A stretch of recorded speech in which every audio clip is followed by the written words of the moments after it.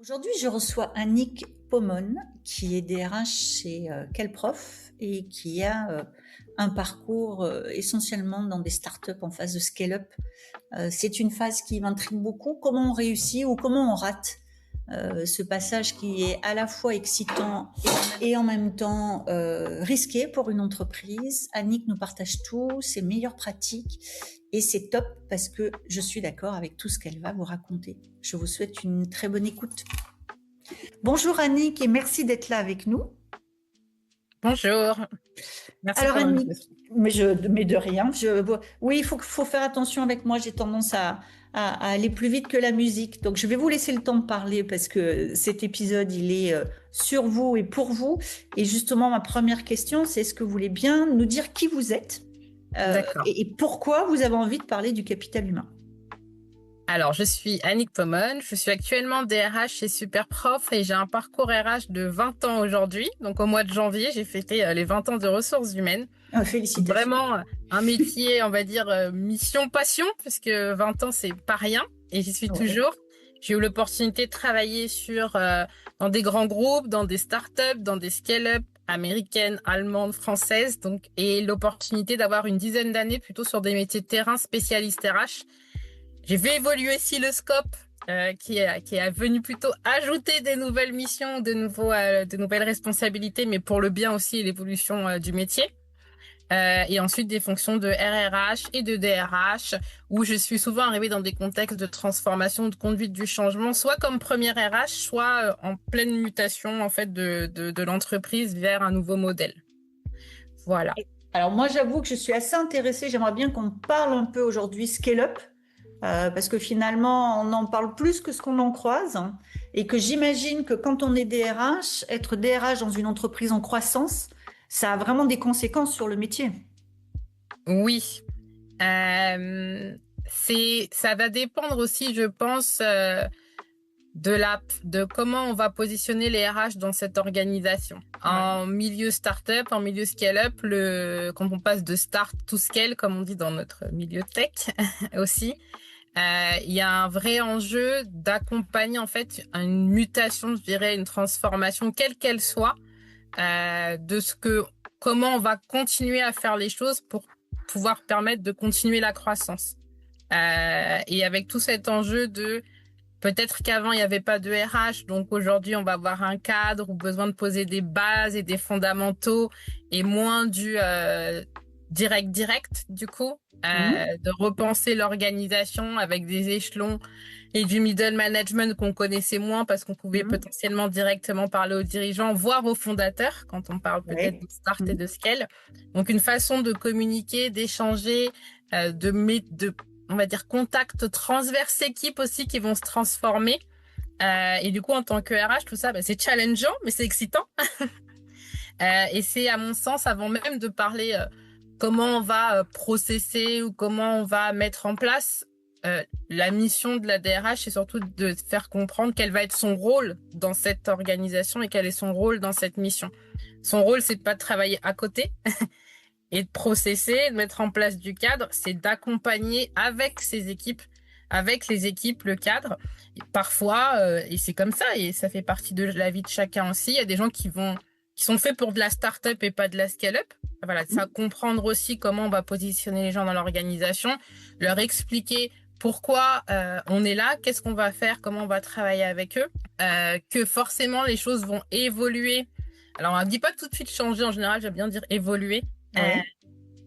se transformer pour le bien de l'orga et pour sa stabilité aussi, parce que sinon ça devient une organisation qui potentiellement pourrait être ingérable en fait sur tous les pendants en soi et le contexte qu'il y a autour, et essayer de garder quand même un ADN qui donne envie, parce qu'au départ quand on rejoint une startup, je pense que c'est pour certaines raisons aussi, donc forcément garder un ADN culturel, je pense, qui donne envie, en sachant que oui, ça va se transformer. Donc c'est aussi les personnes qui se transforment avec l'organisation et leur montrer que les opportunités, elles vont être possibles en tant que DRH. Voilà, je pense comment je positionnerais, en tout cas moi dans mon expérience, le rôle dans la phase start et accompagner la scale-up.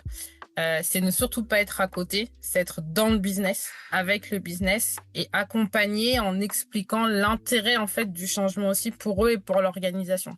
J'appelle souvent ça le win-win aussi pour les équipes. Ouais, mais vous soulignez un point important que moi j'ai pu connaître dans ma startup, c'est-à-dire qu'effectivement, un des enjeux, c'est de faire comprendre à des équipes qui étaient habituées à un certain mode de fonctionnement que le mode va changer et que c'est pas négociable et c'est pas facultatif.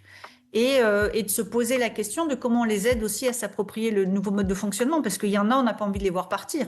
On a envie qu'ils restent, mais qu'ils acceptent qu'effectivement, ils vont plus forcément s'adresser à la fondatrice en direct, qu'ils vont devoir peut-être passer par une courroie managériale supplémentaire. Comment est-ce que vous recrutez et comment est-ce que vous formez ces managers qui justement vont arriver et qui peut-être vont s'intercaler entre celui ou celle qui est à l'origine de l'entreprise et les équipes qui étaient à l'origine de l'entreprise aussi. C'est un enjeu qui est pas simple, ça, quand même. Alors oui, effectivement.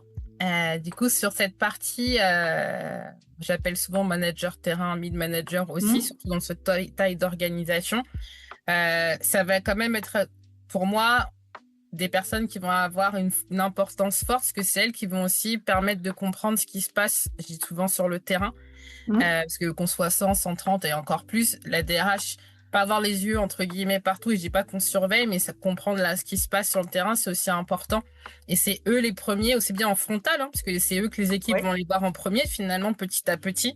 Donc c'est vraiment les légitimer sur ça. Donc la façon dont j'avance dessus et expliquer ce contexte de changement, je pense que c'est de définir la base même de l'organisation avant de parler de recrutement. Donc travailler vraiment avec la direction, avec les personnes qui sont là et qui connaissent aussi l'organisation peut-être mieux que moi. Attention, toute prétention n'est pas bien placée sur ce sujet à mon sens. Et essayer de comprendre, voilà, l'organisation, elle est comme ça aujourd'hui, comment on la projette demain. Et cette projection implique la création potentielle de postes middle manager, directeur. Bref, ça dépend de la taille et de ce dont on a besoin. Surtout pas copier-coller, mais comprendre comment notre organisation va évoluer. Et en fonction de ça, il y aura forcément des opportunités, c'est ce que je dis souvent à mes managers, qui vont se créer en interne, sur des postes de management ou sur des postes différents, même dans l'équipe RH. C'est arrivé qu'on m'ait accompagné, on s'est rendu compte, bah là, on va créer un poste qui va aussi travailler avec moi sur la formation, par exemple, justement, et de l'externe. Ce qui permet en fait d'avoir une conduite de cette transformation et du changement qui est impliquée, engagée, engageante, impliquante, comme je dis souvent, avec les équipes. Et effectivement, elle est aussi sur l'externe, là où on va identifier qu'en interne, on n'a peut-être pas déjà les ressources aussi. Bah, c'est aussi de pouvoir expliquer ce cheminement de la construction de l'organisation et des managers, et ensuite de les accompagner dans la formation pour que eux aussi aient une façon de communiquer, j'aime bien dire alignée, entre managers et entre équipes. Quand on scale, en plus, c'est bien de s'aligner. Chacun fait sa communication dans son coin, et c'est ce qui peut être aussi très compliqué à gérer, que c'est bien pour les équipes, parce que forcément les infos sont différentes et c'est pas l'intérêt. Donc je dirais c'est vraiment penser l'organisation, comprendre comment les forces en fait en présence aussi, et créer des opportunités. Si un besoin d'ouvrir en externe, donc recruter de cette manière-là, et ensuite venir mettre les forces en présence autour d'une table pour créer en fait, on va dire, une communauté managériale assez alignée, qui se challenge aussi. Je pense que c'est sain quand c'est bien fait, pour pouvoir justement continuer à avancer et ajuster cette organisation de start to scale dans le temps, et se projeter, comme je dis souvent, étape par étape, pour ne pas non plus aller trop vite ou pas assez. C'est toujours le bon tempo, le bon timing à trouver, et avoir ensuite des managers qui sont voilà, en tout cas qui ont les clés, les outils, pas pour autant laisser abandonner, etc. Mais en tout cas des clés, des outils, avec un programme manager comme j'ai pu mettre en place assez régulièrement sur plusieurs années, avec des capsules terrain, avec du codev. Et moi j'ai des points réguliers avec eux. Et c'est moi qui fais un peu l'intermédiaire cascade entre direction et management quand il y a besoin sur les gros programmes de scale, de start to scale. Voilà. Ce que vous êtes en train de dire, c'est que en fait, vous n'arrivez pas en disant je sais tout, je vais vous expliquer la vie, mais vous arrivez en considérant que vous êtes vraiment une business partner et que vous allez aussi écouter les gens qui sont déjà là, les gens qui étaient à l'origine, leur expliquer et faire beaucoup de pédagogie. En fait, quand je vous entends, moi je vois souvent des gens qui pensent que ça va aller plus vite en étant très top-down. Et vous, ce que vous dites, c'est que, il y a une logique de consultation et d'écoute, et vous considérez certainement que c'est plus efficace si vous le faites Oui, comme ça. Hmm. tout à fait. Justement, je suis pas top-down. Sur tous les programmes qu'on a mis en place dans l'entreprise dans laquelle je suis super prof aujourd'hui, mais même celle d'avant. Ça fait Ouais, à peu près 10 ans que j'ai cette casquette de DRH, première DRH en général. Donc, je l'ai vécu dans différentes orgas et j'ai pas fait pareil à chaque fois en plus. La d'accord. seule chose que j'avais comme, en tout cas, conviction RH personnelle aussi, c'est que les choses se feront et avanceront uniquement si j'arrive à créer de l'adoption et de l'adhésion et pas la main posée. Hmm. Après, on est d'accord, pas d'accord, je donne Oui, mon point de vue, mes conseils, etc. Et aujourd'hui, voilà, chez Superpreuve, quand je suis arrivée, c'était une organisation flat. Il n'y avait pas de middle management, par exemple. d'accord. Hmm. Aujourd'hui, on en a. Ils ont un programme, ils sont identifiés et on est capable d'échanger. Je les écoute, ils m'écoutent et en fait, ensuite, on construit le mieux ensemble. En fait, je pense que voilà, je suis très collectif, c'est très fort pour moi aussi. Je suis convaincue qu'on réussit pas tout seul, donc c'est comme ça qu'on réussira mieux si on travaille ensemble, en tout cas en entreprise. Voilà, donc c'est tout à fait ça. Et parfois, comme dans tout métier et en RH, il arrive qu'on soit quand même obligé d'avancer ou de porter un message ou de faire certaines Bien sûr. décisions.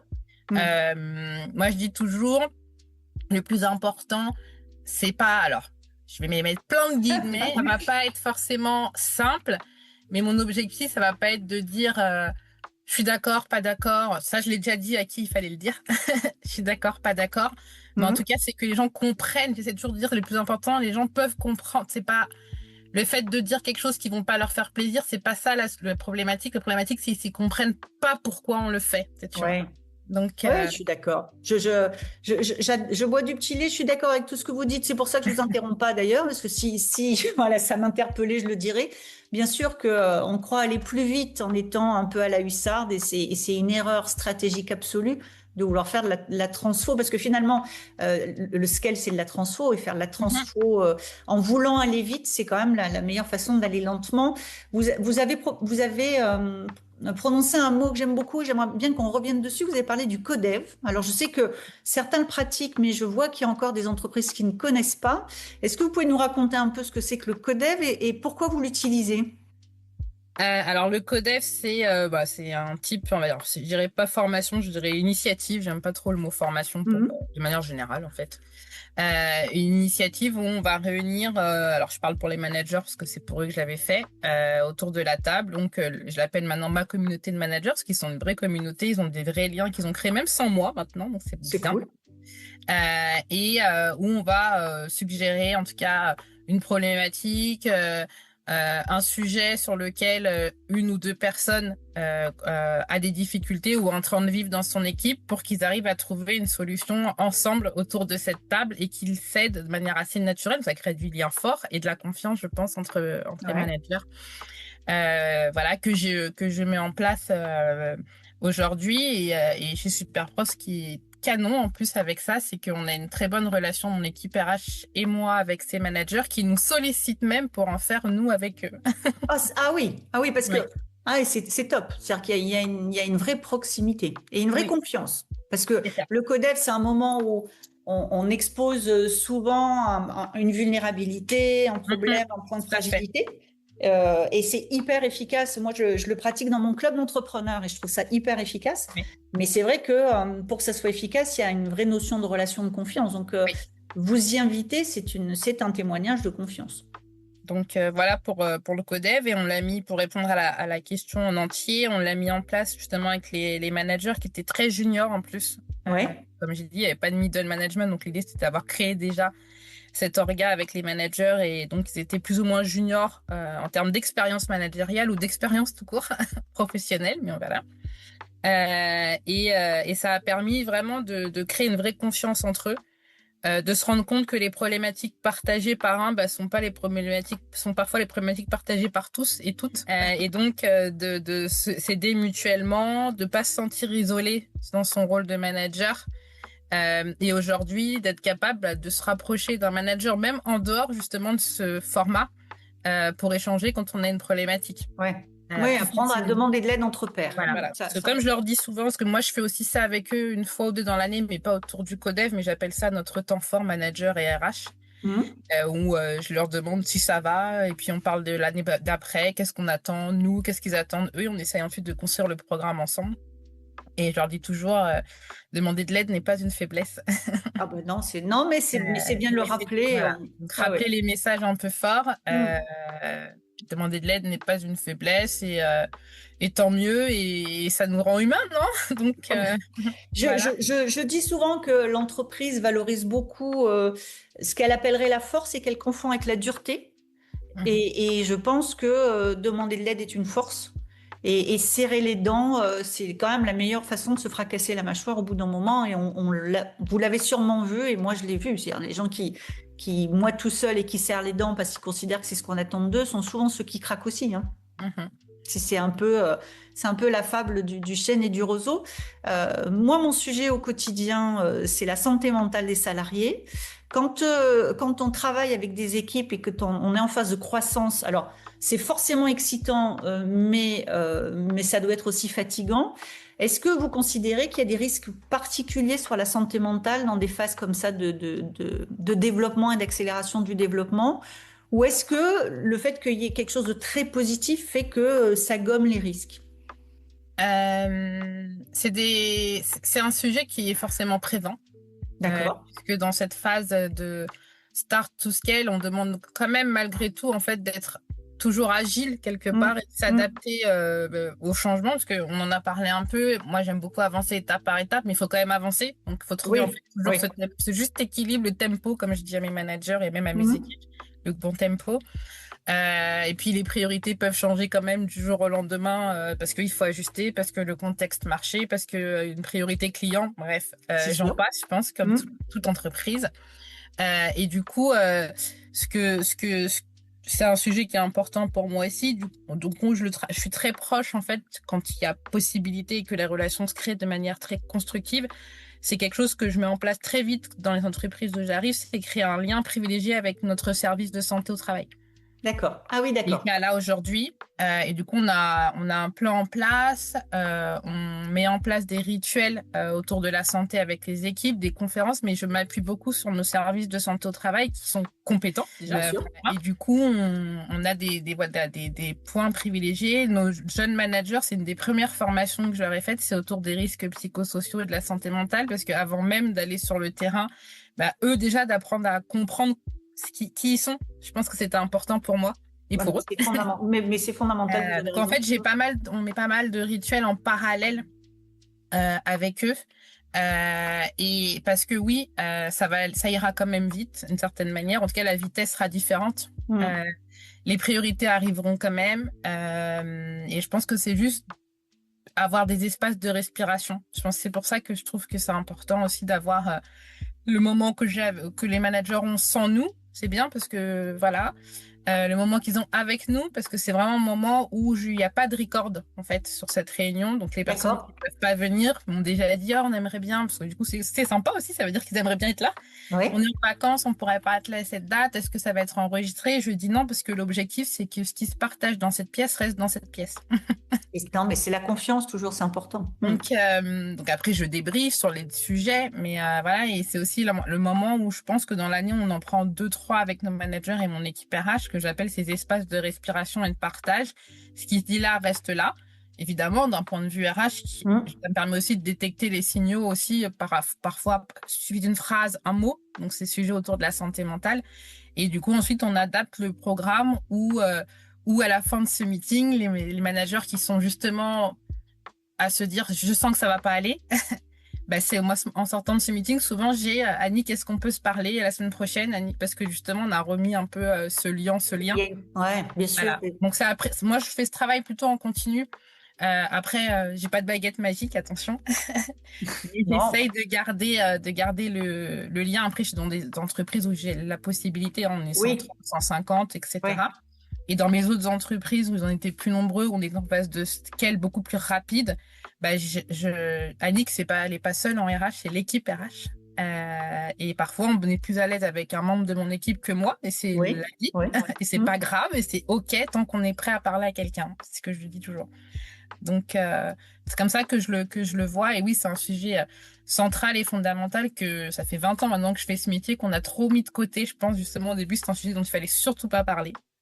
Bien C'était sûr, vu comme un signe de faiblesse. C'est bien quelqu'un, sûr. voilà. Et je pense que à l'inverse, pas du tout.